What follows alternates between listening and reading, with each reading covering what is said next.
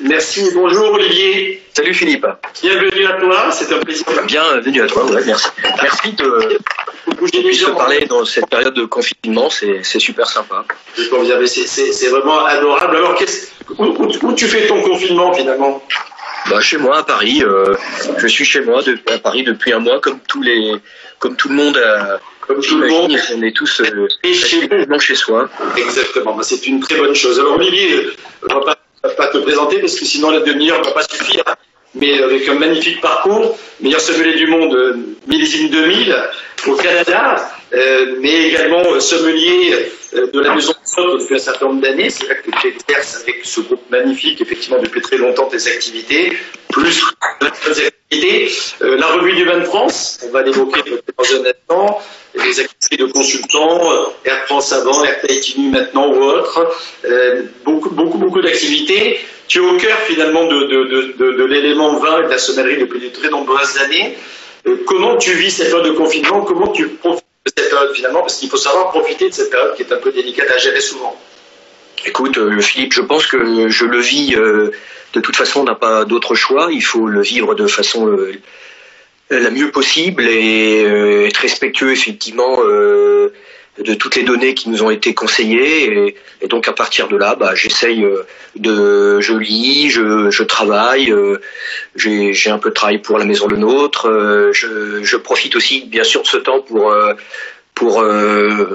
déguster la vallée du Rhône Nord. Je suis en charge de 2 régions pour la revue du vin de France, pour le guide vert, la vallée du Rhône Nord et la vallée du Rhône méridionale.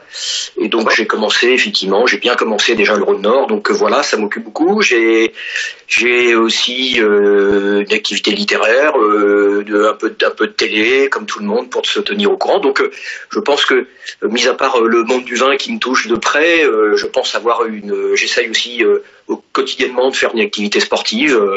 Je cours le matin, j'essaye, voilà. Donc tout ça me permet de voir passer les journées et tout se passe bien. Est-ce que, avant de parler de vin, si tu avais un livre à suggérer dans cette période-là, c'est quoi un peu ta référence, la Bible du confinement pour toi? Est-ce que tu as un titre d'ouvrage qui te vient en tête? Écoute, j'ai fini un livre il n'y a pas longtemps sur Magellan qui m'avait beaucoup plu, qui était vraiment quelque chose d'exceptionnel, et de Stefan Zweig. Et j'ai décidé de lire toujours de Stefan Zweig. J'ai commencé l'histoire de Marie-Antoinette. Voilà. D'accord. Voilà. J'aime beaucoup l'écriture de Stefan Zweig, la manière dont ses récits sont décrits. Le récit sur Magellan était exceptionnel. Il met en évidence ce que les gens n'ont pas l'idée de comprendre de ce que la découverte effectivement du détroit de Magellan a pu faire pour ce qui s'est passé par la suite dans le monde. C'est formidable. Exactement, c'est les clés de l'histoire finalement. Voilà, tout à fait. C'est formidable d'avoir cette référence historique parce que finalement, on s'aperçoit dans les moments qu'on vit, finalement le seul repère important, ou l'un des repères en tout cas importants, c'est justement l'histoire. C'est ce qu'on a vu. Comment ça est sorti par rapport à certaines situations qui permettent aujourd'hui de donner des perspectives à cette sortie de crise vers laquelle on tend. En tout cas, on peut tous le souhaiter les uns et les autres. Concernant la partie vin, donc toi tu es arrivé à la sommellerie comment? C'est quoi l'élément déclencheur qui t'a mené vers le vin, la gastronomie, la sommellerie? En fait, à la base, c'est né d'une histoire totalement incroyable. J'avais la chance d'avoir un ami qui était un ami proche à moi, qui une année avant moi est parti faire un apprentissage de cuisinier. Et tu vois, c'était aussi des rêves de gamin de se dire on a la possibilité de se retrouver peut-être dans un métier. On ouvrira peut-être un restaurant. Toi, tu seras en cuisine et moi, je serai en salle. Puis au départ, je voulais faire une carrière militaire. J'avais un amour profond pour la marine nationale. Je voulais faire une carrière dans la marine nationale. Et puis, je me suis présenté à l'école des Mousses. Et puis en fait j'ai été accepté à l'école des apprentis mécaniciens de la flotte à Saint-Mandrier. Puis étant toujours un petit peu, j'aime bien être propre sur moi, j'ai passé l'école hôtelière. Et puis mon père me dit écoute, c'est soit les mains dans le cambouis ou soit le nœud papillon à l'école hôtelière. Et j'ai choisi l'école hôtelière. Voilà. Nœud papillon. Tu as commencé tu es né dans le Var finalement, dans le chaudron quasiment, parce que non, je suis parisien de naissance. Je suis parisien de naissance, mais effectivement, le cœur. Tu parles de football, effectivement, mon cœur est stéphanois depuis tout temps et bon, ça remonte aussi. Le fait est que ma famille, l'épopée des Verts était quelque chose que j'ai vécu en famille. C'est sûr. Les matchs avec mon père, mon grand-père, et de savoir que mon fils qui a 15 ans porte le maillot vert aussi, ça fait plaisir. Ça, c'est absolument génial. Alors côté vin, tu disais que tu dégustais en ce moment les vins pour le guide vert de la revue du vin de France, qui devrait sortir normalement. En général, c'est quoi? C'est l'automne? Oui, c'est ça. Bon, cette année, vu le confinage et effectivement les difficultés qu'on a, la possibilité de se déplacer dans le vignoble, je pense que je ne veux pas parler avant Denis Savot, le rédacteur en chef, mais je pense qu'effectivement il y aura peut-être une sortie de guide qui sera légèrement retardée par rapport à la sortie officielle d'habitude qui est au mois d'août. De toute évidence, je pense que l'ensemble des dégustateurs présents pour le guide vert n'ont pas tous la possibilité de goûter en ce moment, donc on se dirige certainement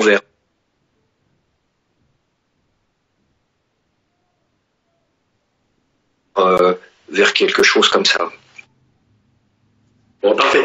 Tu vas nous donner tes coups de cœur peut-être récents, peut-être dans le Valais du Rhône Nord. Juste pour les gens qui nous suivent, et je vous remercie, vous êtes très nombreux à être avec nous en ce moment. N'hésitez pas, je vous vois tous réagir, de Corse, du Languedoc, de Paris ou d'ailleurs, de Lorraine ou d'Alsace. Donc génial de mettre des petits commentaires. Mais si vous avez des questions à poser à Olivier, c'est vraiment l'occasion, voilà, qu'il puisse vous y répondre. Donc n'hésitez pas également à poser des questions, avec grand bonheur de pouvoir les transmettre et voilà, d'essayer de répondre en tout cas. Voilà. Notamment une question, Olivier, c'est qu'est-ce qu'on boit quand on regarde un match de foot? Écoute, alors j'ai une petite anecdote à ce sujet-là que je vais te raconter, qui m'est arrivée avec mon père il y a quelques années. Tout le monde t'écoute, hein? J'ai la chance d'avoir mes parents et mon père est un foot ballon comme toute la famille Poussier. On a toujours été passionnés par le sport en général. Et je regardais un match de synthé avec mon père et un jour mon père me dit au milieu de la mi-temps, il me dit tiens on n'a pas dîné. Peux-tu aller chercher une bouteille à la cave et on va se faire une tranche de pain, un pâté comme ça et autres. Et l'histoire est vraie. Et je vais à la cave. Et je prends une cuvée Bois-Renard de Beaurenard que tu connais, la famille Coulon à Châteauneuf, la cuvée Bois-Renard, la sélection vieille vigne, et je prends sur le millésime 98. Donc je te parle, c'était il y a 5-6 ans. Hein. Et donc, millésime 98, tu sais très bien que ce grand millésime de la vallée du Rhône et du bassin méditerranéen en général, et je goûte ce vin exceptionnel. Et donc le match se termine, bref, on a bu la bouteille avec plaisir. C'était un vin assez sophistiqué déjà, avec beaucoup d'évolution, mais qui était d'une grande fraîcheur encore. C'est un millésime qui est associé à la concentration, la finesse, la maturité et la fraîcheur. Et le lendemain, tellement que cette bouteille était bonne, j'en avais qu'une, j'appelle les frères Coulon au domaine, à Beaurenard, et je tombe sur un des frères. Et je lui raconte l'anecdote. Je dis, écoutez, j'ai passé un grand moment de plaisir. J'aime bien faire partager ça avec des vignerons. Tu l'as certainement fait toi aussi. Et expliquer à un vigneron qu'on a passé un grand moment d'émotion à travers son vin. Je lui ai dit que je regardais un match de foot et que j'avais été passionné par son vin, que je m'étais régalé. Et à ce moment-là, je lui dis... il vous en reste quelques bouteilles, j'aimerais bien en racheter si c'était possible. Alors, il me dit, vous pensez bien, monsieur Poussier, qu'il n'y en a plus. C'est 98, ça fait très longtemps, et puis de toute façon, ça a tellement été hyper noté qu'on s'est fait dévaliser. Donc, je suis même pas sûr qu'il nous reste quelques bouteilles. Et j'allais pour raccrocher, et à ce moment-là, il me dit, attendez, monsieur Poussier. Il me dit, j'ai pas de bouteille, mais j'ai des Magnum. Et là, c'était exceptionnel parce que donc j'ai pu me racheter une paire de Magnum, ce qui pour mon plus grand bonheur. Et voilà une anecdote. Alors, un match pour regarder, ça peut être tout un tas de vins. Bon, généralement, on essaye de. Là, j'ai pris un vin déjà assez sophistiqué, d'une grande appellation et d'un grand millésime, mais ça peut être quelque chose qui peut être un vin de plaisir immédiat, de soif, un vin assez jovial, bien sûr aussi. Bon, ben génial. Merci beaucoup de cette réponse. Quelques petites questions avant qu'on vienne à tes coups de cœur récents, mais peut-être que certaines peuvent se regrouper. D'abord, quel est ton cépage corse préféré? Tu vois qu'il y a des gens qui savent que tu aimes bien cette partie de la France. Oui, j'aime la diversité variétale corse. Je me suis occupé de la Corse pour la RVF pendant 6 ans et j'ai pris connaissance de toute cette qualité en pélographie, toute cette diversité variétale qui est au service de la Corse aujourd'hui, qui leur sert beaucoup d'ailleurs. Mais j'ai effectivement un cépage de prédilection, c'est le Chacarel, bien sûr. Ah d'accord, donc plutôt les vins du terroir d'Ajaccio. Le Chacarel pour sa finesse, pour cette capacité à nous donner des vins à la fois d'avoir une puissance diffuse, des tanins distingués, élégants. J'aime beaucoup le Chacarel, oui. Avec le Nieluccio est intéressant, le Vermentino dans les blancs. Bien sûr, oui. Mais tout un autre cépage aussi, la diversité variétale corse, c'est le goût du jour, du Minustiello, du Carcagiol Nero, qui est un grand cépage également. Des cépages blancs, des Jiménez, des Raymond, des Genovese, tout ça, c'est vraiment très intéressant ce qui se passe, le Bianco Gentile et autres. Olivier, pour nos amis qui nous écoutent, qu'est-ce qu'on peut boire en ce moment avec les asperges, par exemple? Alors, il y avait même une précision avec les asperges à la flamande. Hein? Alors, les asperges à la flamande, c'est les asperges avec le blanc d'œuf, le jaune d'œuf émincé. Bon, une chose qui est très intéressante sur les asperges, hein, qu'elles soient les blanches, qu'elles soient les bout violets, l'asperge, il y a ce côté métallique et ferreux et ce côté ligneux de l'asperge et végétal qui est présent. De force constater que les accords sur les asperges ne sont pas forcément rédhibitoires, mais on doit aller sur des vins incisifs et pointus. La capacité d'aller chercher cette dimension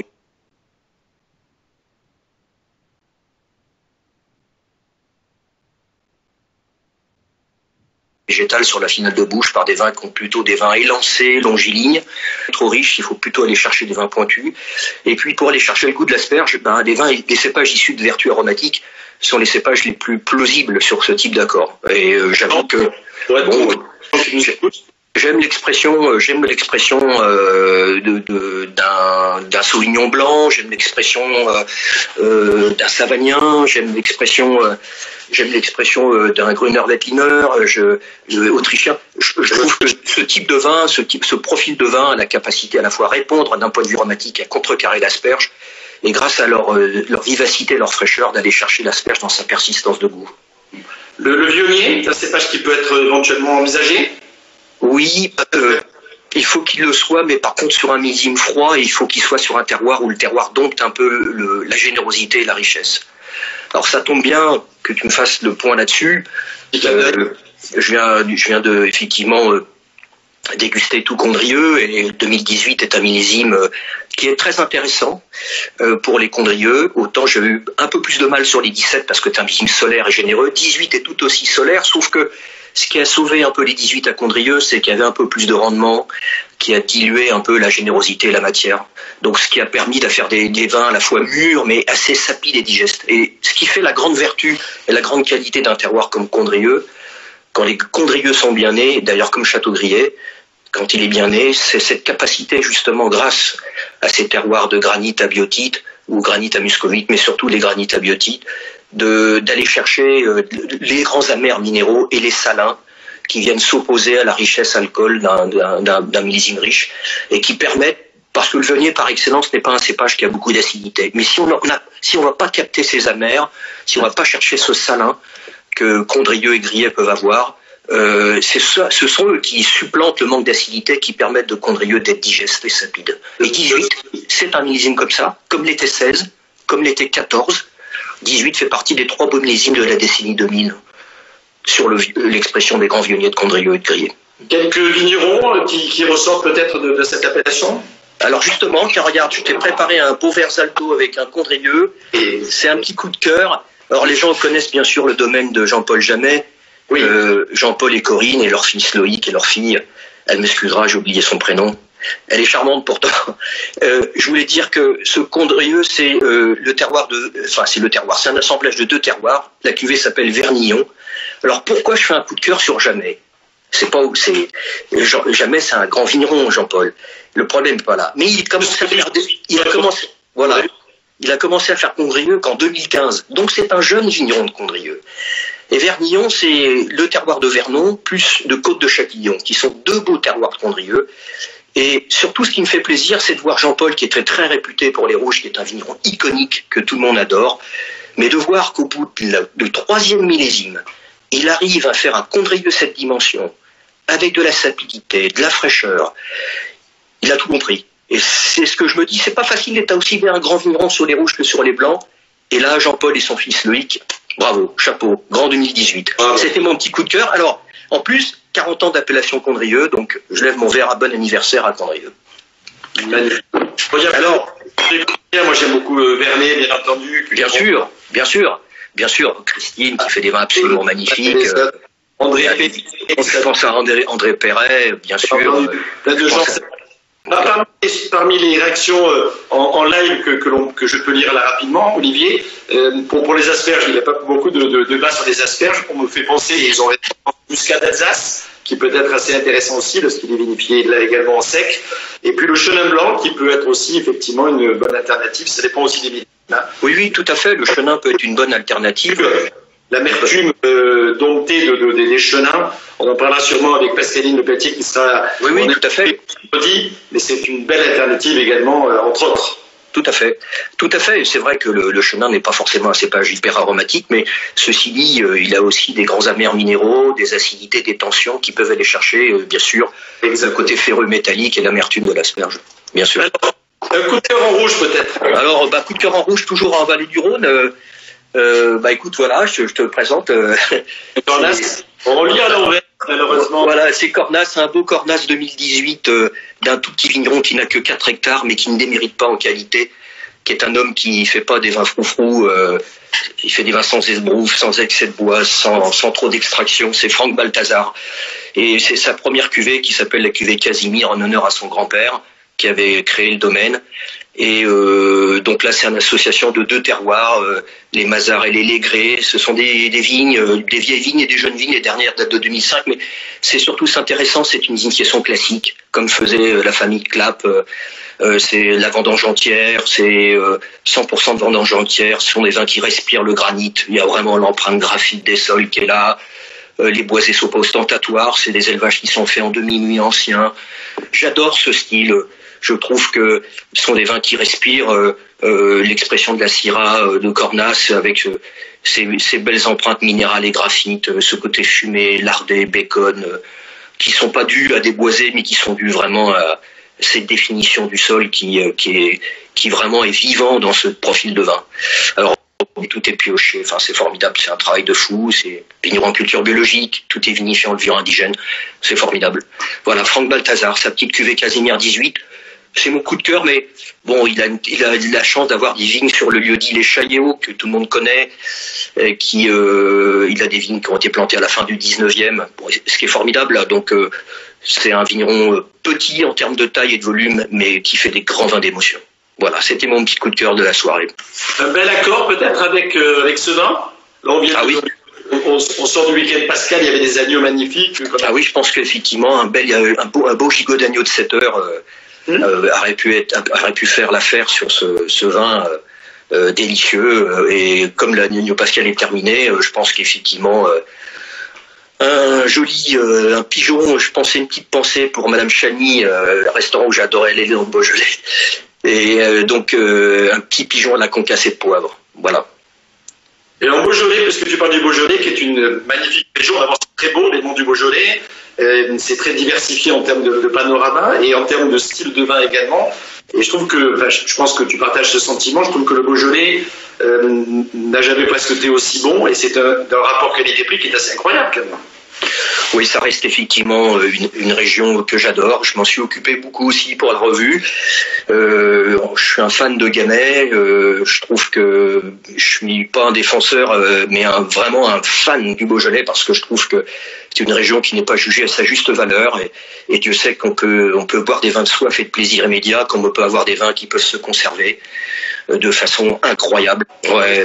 Superbe, vraiment exceptionnel. Donc j'encourage les gens à découvrir, et aux 4 coins de ce Beaujolais, il y a des vignerons qui qui défie toute concurrence. Hein. C'est pas un vignoble plat, le Beaujolais, c'est un vignoble de coteaux vallonnés, avec des pentes escarpées, où un vrai travail de vigneron à faire des grands vins d'expression terroir. En ce moment, parce qu'on peut pas trop le faire, mais si on le fait à vélo, c'est sportif, comme on dit. Ah, c'est magnifique.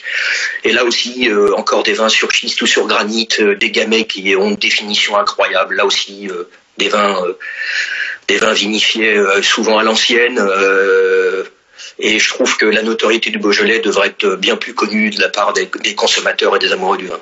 Ouais, le gamay est un cépage qui revient un petit peu tendance. C'est vrai que l'évolution climatologique permet également d'avoir des gamets avec un peu plus de maturité et quelque part peut-être plus d'intérêt. Oui, il y a ça. Puis il y a aussi le fait que aussi il y a une maîtrise de la production, il y a un contrôle des rendements du volume, il y a une volonté de vouloir faire des vins d'identité terroir. Donc il y a des vignerons qui sont passionnés et qui veulent effectivement. Déjà, ça commence par un travail des sols, ça commence aussi par une volonté de vouloir faire des vins les plus identitaires possibles. Et ça, c'est ce qui se passe. C'est formidable. Le Beaujolais a toujours été une région magique qui nous donne des grandes émotions. Moi,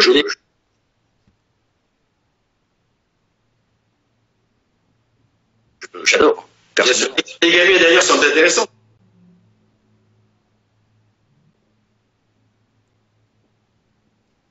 Bien sûr, on pense aux gamets de Loire, de Touraine en particulier. Avec un petit clin d'œil, d'ailleurs, quelqu'un me faisait remarquer que le romorantin pouvait être éventuellement un cépage pas inintéressant avec l'asperge aussi tout à l'heure. Tout à fait. Le romorantin, pourquoi il est intéressant, c'est que lui aussi, il a ses côtés biwax, firabois, mielleux, mellifère, acacia dans les arômes, mais il se dote aussi de grandes amertumes finales avec l'évolution, et c'est ce qui fait l'intérêt sur les asperges également. Exactement. Pour revenir au gamay, toi qui es amateur de foot dans la région de Saint-Étienne, c'est la région du Forêt, un petit clin d'œil à notre ami Benjamin Roffet, qui s'est qualifié. Oui, tout à fait. Benjamin travaille.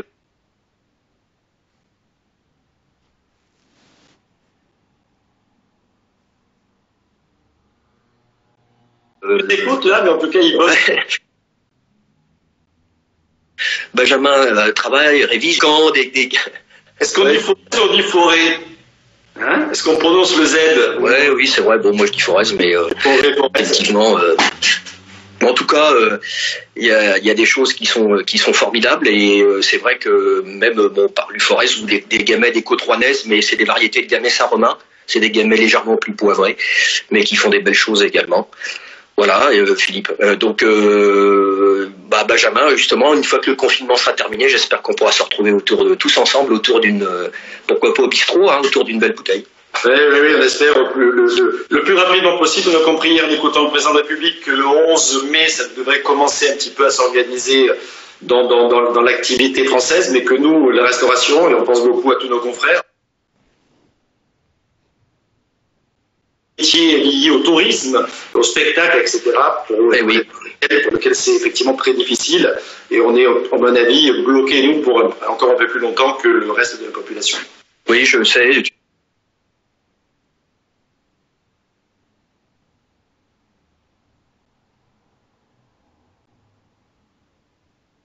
D'autres pour qui j'ai beaucoup d'affection et nous sommes aujourd'hui pleinement touchés par le corona comme beaucoup d'autres d'activités de l'événementiel et du traiteur.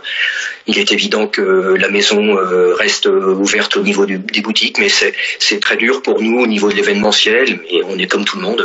Malheureusement, c'est une période très difficile pour un secteur d'activité tel que le nôtre. C'est pas effectivement facile. Alors il y a des gens qui demandent ce que je goûte, parce que finalement toi on a compris que c'est la verre. Donc moi j'ai ouvert une Côte de Provence ce soir pour cette première émission.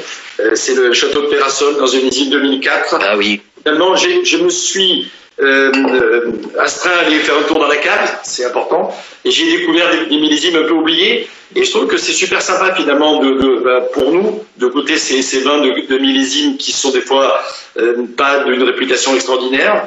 J'ai goûté des 2004, des 2002, même des 97, des choses comme ça, et finalement la seule chance qu'on ait, c'est que souvent c'est très bon, quoi.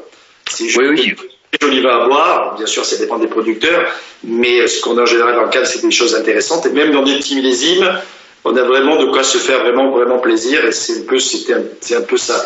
Bien sûr. La bouteille la plus extraordinaire que j'ai eu la chance d'ouvrir ces jours-ci, pas mal de gens l'ont vu sur les réseaux. Mais oui, je l'ai vu effectivement. Et RD 82, je me suis dit effectivement, voilà, il y a cette là, c'était l'occasion de fêter Pâques. Finalement, avec. Oui, puis en plus un millésime solaire 82 qui fait des vins très pâtissiers dans l'esprit aromatique. Ouais. Exactement. Beaucoup de gens m'ont dit mais tu en as parlé mais tu l'as pas décrit. Donc quelques mots pour décrire cela. D'abord, le doré de la couleur était juste extraordinaire avec son évolution. L'effervescence relative, c'est-à-dire que c'est pas d'une super puissance dans l'effervescence, mais suffisamment pour donner de l'énergie, mais aussi pas beaucoup pour donner la place au vin. Et c'est d'une vinosité, d'une profondeur, comme on peut l'imaginer, extrêmement. Ouais. Les parfums, donc c'est le côté pâtissier, c'est ce côté fruits secs, marqué un peu par la noix, mais surtout par la noisette ou la menthe grillée, c'était juste extraordinaire, un peu beurré. Et après en bouche, bah, c'est la puissance. Hein. Ouais. C'était extraordinaire. Et bon, j'avais un morceau de fromage de Savoie, de l'abondance, et c'était juste magique. Un morceau d'abondance, un verre de ce RD 82 Bollinger. Voilà, on peut vivre le confinement dans des conditions comme ça. Je sais, ça fait un petit peu partie, j'allais dire, de ce qui nous est offert finalement dans ce métier, d'avoir effectivement quelques flacons de ce style-là. Voilà, donc merci à tous pour les questions que vous nous posez. J'aimerais qu'on termine avec Olivier sur peut-être le déconfinement. On ne sait pas exactement le métier de la restauration quand est-ce que ça va se terminer, mais on peut imaginer que le moment est déjà une première étape. Est-ce que tu as prévu d'ouvrir ce jour-là? Écoute, tu connais mon penchant pour cette... Je suis en direct. Ah oui, tu connais l'affection et l'admiration que j'ai pour la chartreuse, pour la liqueur chartreuse, qui est, je pense sincèrement, la plus grande liqueur qui existe au monde. Et la liqueur chartreuse, écoute, tu vois, regarde, j'ai préparé une petite bouteille que je voulais te montrer. C'est une VEP 1964. Alors, c'était le deuxième millésime de la VEP, parce qu'elle a été créée en 1963, ça c'est une Voiron 64. Alors la seule différence qu'il y a entre la 63 et la 64, c'est que en 63, le millésime est indiqué, c'était la date de la mise en bouteille, en 64, c'était la date de mise en vieillissement. Ça c'est toute la subtilité, la capacité de la lecture des étiquettes des moines de la Chartreuse, avec certains millésimes où, à cette époque-là, où on jouait, certains indiquaient la date de vieillissement et l'autre date de la mise en bouteille.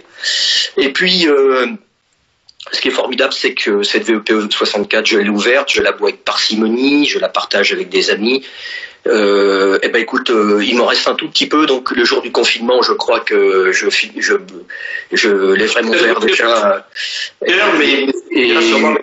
Et j'aurais une grande pensée pour tous les gens qui ont souffert aussi dans cette période compliquée, et tous les gens qui ont eu la perte de proches et de tristesse que cette crise du coronavirus a pu amener. Voilà. Merci Olivier de ce petit témoignage. Un grand merci à toi de ta présence. On arrive au terme de ce premier live. J'espère que vous avez apprécié, que vous avez partagé ensemble ce moment aussi en famille, même si vous êtes confinés les uns les autres. Je vous donne rendez-vous, Olivier, j'espère que tu seras là avec nous également pour nous suivre, mais jeudi avec Bruno Verjus, grand chef de cuisine, amateur de vin et de gastronomie, comme bien entendu, chroniqueur également, auteur à 16h, et qui a un restaurant dans le 12e à Paris qui s'appelle Table, et qui travaille beaucoup sur l'éco-responsabilité. Et puis vendredi soir, nous aurons le plaisir d'avoir en direct de Harlem West, un des quartiers de Manhattan à New York, Pascaline Pelletier, qui viendra aussi témoigner d'un confinement et d'une situation à New York qui n'est pas si simple que ça, on peut s'en douter. Elle nous expliquera ça avec sa passion, la passion qui la caractérise, et aussi ses coups de cœur et ses envies dans cette période de ses réflexions de fond un peu sur cette période de confinement. Merci Olivier. Merci à toi Philippe, c'était avec grand plaisir de nous avoir suivis. On n'a pas pu répondre à toutes vos questions, mais on va essayer de distiller toutes vos interventions aux uns aux autres. Bonne soirée à tous. Restez chez vous. Hein. Voilà, restez chez vous, soyez prudents. Exactement. Merci à tous les soignants également, mais également à tout le personnel. Je vais lever mon verre à eux. Tout le personnel qui sert les repas dans les hôpitaux, dans les EHPAD, etc., et qui sont souvent en première ligne. Et finalement, le repas, comme le vin, et en fait partie aussi, c'est presque le moment de bonheur apporté à ces gens-là dans une journée qui parfois paraît très longue, et peut paraître très longue lorsqu'on est seul et qu'on a malgré tout un certain âge, ou en tout cas quand on est malade. Donc soyez prudents. Vous pouvez nous retrouver via le Facebook de l'Union de la Sommellerie française, sur la chaîne YouTube également, où on a sorti un très joli film. Je voudrais remercier toute l'équipe qui a travaillé là-dessus, Florent Martin notamment, et les jeunes de l'association qui ont œuvré pour que ce film existe. Donc n'hésitez pas, le hashtag Sommellerie française, allez voir sur la chaîne YouTube. Le hashtag également Déguster confiné, qui est le hashtag de notre petite intervention, qui a été créé effectivement avec l'Union de la Sommellerie française et également 20 sociétés qui ont été à l'initiative de cette belle idée. Donc je veux remercier toutes les équipes de 20 sociétés également. Vous dire que voilà, c'est pas parce qu'on est confiné qu'il faut absolument déprimer. Au contraire, je pense que de rêver, de se cultiver, de s'échapper l'esprit, de déguster ensemble, de pouvoir voilà, échanger, garder le lien, c'est quelque chose qui est vraiment très important également. Donc soyez raisonnables, goûtez avec modération bien entendu, ça va de soi, même dans cette période-là, c'est important. Mais surtout profitez de la vie avec le plus de passion possible et partagez-la avec tous les gens que vous aimez. Très bonne soirée à tous. Merci beaucoup Olivier. Tiens Philippe. Un peu virtuellement, mais voilà, avec sincérité. Santé à vous tous, les hommes et les hommes. Protégez-vous. Et à jeudi, même heure.